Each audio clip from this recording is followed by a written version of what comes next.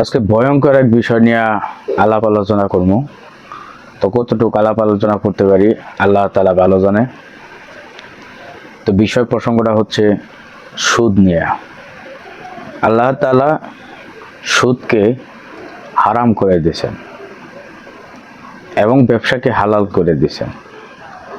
তো আজ কালের বিবর্তনে এই সুদ একটা মরণ ব্যাধি হিসাবে আমাদের উপর দেখা দিয়েছে। তো এ নিয়ে অনেক সময় অনেক বয়ান হয়েছে, অনেক কথা শুনছি। তো আজকে একটু অন্যরকমভাবে আমরা চিন্তা করব। ভিডিওটা যদিও বড় হয়ে যায়, ধৈর্য সহকারে দেখবেন, লাইক শেয়ার করে পাশে থাকবেন, কমেন্ট করবেন, কোনো কিছু জানার থাকলে প্রশ্ন করবেন। যতটুকু পারি আমি উত্তর দেওয়ার চেষ্টা করব। আমিও আপনাদের মতোই যে সাধারণ একজন মানুষ। তো সুদ প্রথম শর্ত হইতেছে আল্লাহ তাআলার রাসূল সাল্লাল্লাহু আলাইহি সাল্লাম বলছেন যে ইবাদত করতে গেলে, ইবাদতের কবুলিয়াত ইবাদত করতে গেলে প্রথম শর্ত হচ্ছে হালাল রিজিক খাইতে হইব, হালাল রিজিক ভক্ষণ করতে হইব।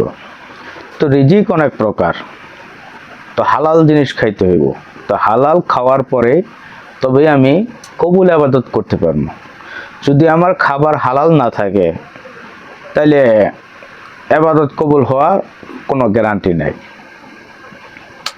তো আমরা সুদটা এমন পর্যায়ে নিয়েছি যে মানুষের রঞ্জে রঞ্জে রক্তের সাথে মিশে গেছে।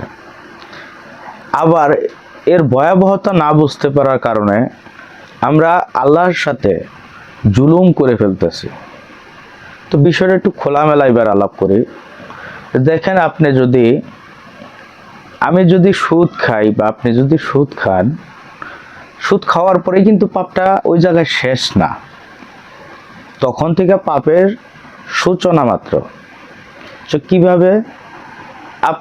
আমি সুদের টাকা নেওয়ার পরে আমি এ দিয়া বাজার করলাম, সাংসারিক দৈনন্দিন জিনিস কিনলাম, কেনার পরে ধরেন সকালে বাজার করলাম, করার পরে এখন দুপুরে খাওয়া দাওয়া করব। তো আমি আবার পরহেজগার মানুষ, দিনের পথে থাকার চেষ্টা করি, শুধু একটাই দোষ, সুদ খাই। তো এই সুদটা খাই যে, তখন আমি খাবার আসার আগে আমি প্রথমেই বিসমিল্লাহ বলে নিলাম। খাবার আসার আগে বিসমিল্লাহ বললাম, খাওয়া দাওয়া শেষ করলাম, শেষ করার পরে আলহামদুলিল্লাহ বললাম, আল্লাহর কাছে শুকরিয়া আদায় করলাম। তো খেয়াল করেন, আপনি কিসের উপরে শুকরিয়া আদায় করলেন আর কিসের উপরে রহমত দিতে বললেন?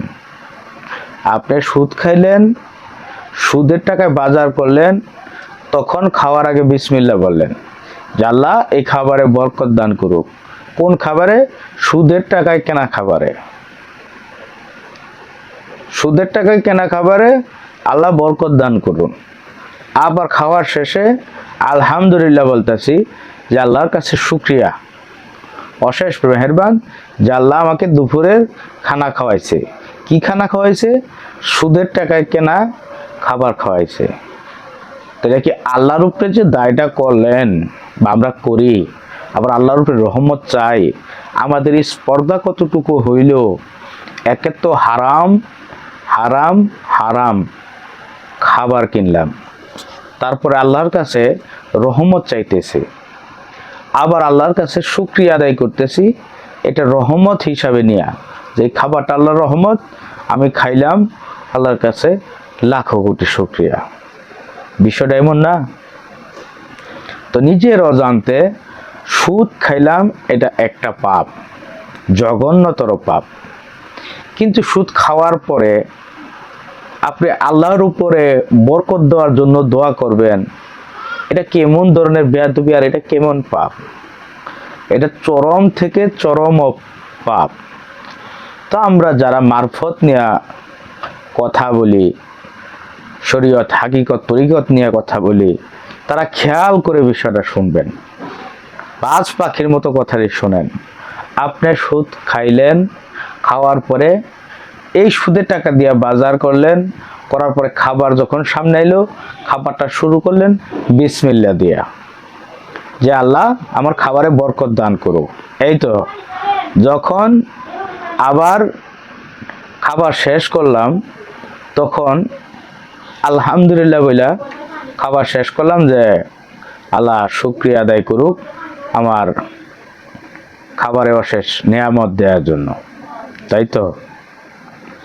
আবার খেয়াল করেন, যখন জোহরের ওয়াক্ত হইল, এই খাবার খাওয়ার পরে এই খাবারের শক্তি দিয়েই আমি নামাজ আদায়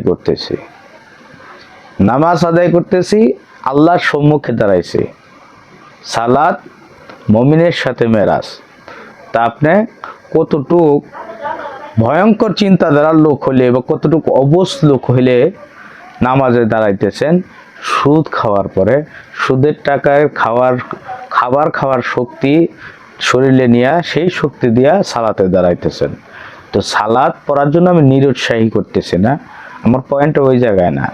সালাতে দোয়া কেরাত করলেন, দোয়া কেরাত পরে মোনাজাত করলেন, বাপ মা সহ 14 গোষ্ঠী উদ্ধার করে নিলেন, দোয়া করে কান্না জর্জরিত কণ্ঠে দোয়া করলেন।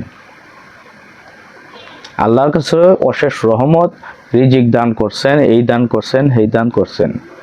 তো দায়টা কার উপরে দিতেছেন?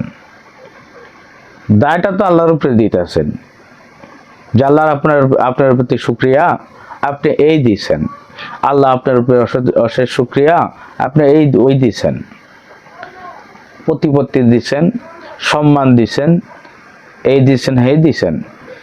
এটা কি এক প্রকার ছাগলামি হয়ে যাইতেছেন? আল্লাহর প্রতি ছাগলামি করতেছেন, খাইতেছেন সুদ, খাওয়ার পরে আবার আল্লাহরই দোষারোপ করতেছেন, আবার আল্লাহরই দায়ী করতেছেন। তো সুদের অনেক ধারা আছে, অনেক ভয়াবহতা আছে, যা আসলে বলতে গেলে অনেক বুঝার এবং ধৈর্য সহকারে কথা শুনতে হবে।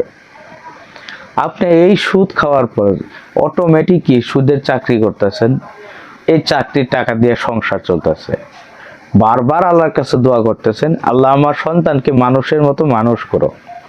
অথচ সন্তানের নারীতে শুরুতেই দিতেছেন অপবিত্র জিনিস, নিষিদ্ধ জিনিস, যা আল্লাহ তাআলা কোরআনে 70 অধিক নিষেধ করছে। সেই নিষেধ অমান্য কইরা, বরখেলাপ কইরা আপনি এটা খাওয়া শুরু করলেন, পরিবারকেও খাওয়াইতেছেন, আবার সন্তানের জন্য দোয়া করতেছেন আল্লাহ যেন মানুষের মতো মানুষ করে, আমার বাবা মাকে সুস্থ রাখে। খাওয়াইতেছেন সুদ, আল্লাহর কাছে ফরিয়াদ করতেছেন। তো ফরিয়াদ কবুল হবে না এটা আপনি চিন্তা করে দেখেন, বা হবে কি আপনি ভালো জানেন। কিন্তু কথা হইতেছে ফরিয়াদ করার মধ্যে আজকে ভালো রেজাল্ট করলো ছেলে, আল্লাহর কাছে শুকরিয়া আদায় করতেছেন, আজকে একটা ভালো কাজ করলো আপনার চোখে শুকরিয়া আদায় করতেছেন, কিসের ভিত্তিতে?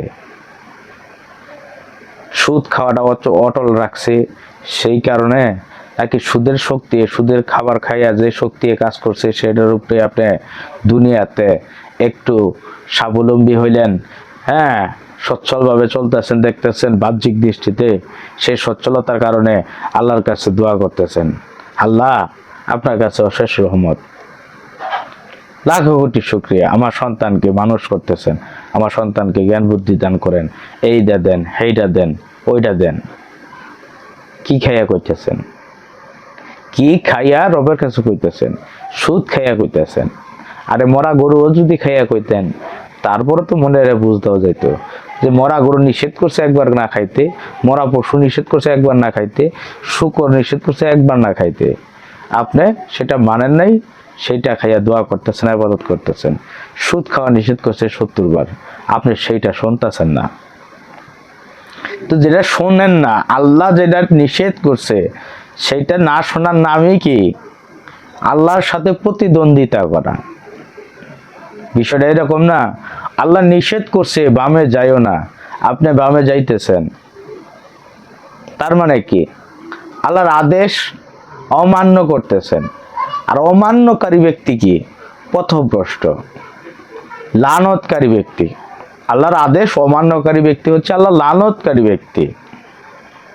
সে আপনি, সেই আমি আল্লাহর আদেশ অমান্য করার পরে যে রিজিক অর্জন করতেছি, যে বাড়ি গাড়ি করতেছি, তার জন্য আল্লাহর কাছে আবার দোয়া করতেছি, আল্লাহকেই দায়ী করতেছি, আল্লাহ তুমিই সব কিছুর মালিক, তুমিই সব দিছো।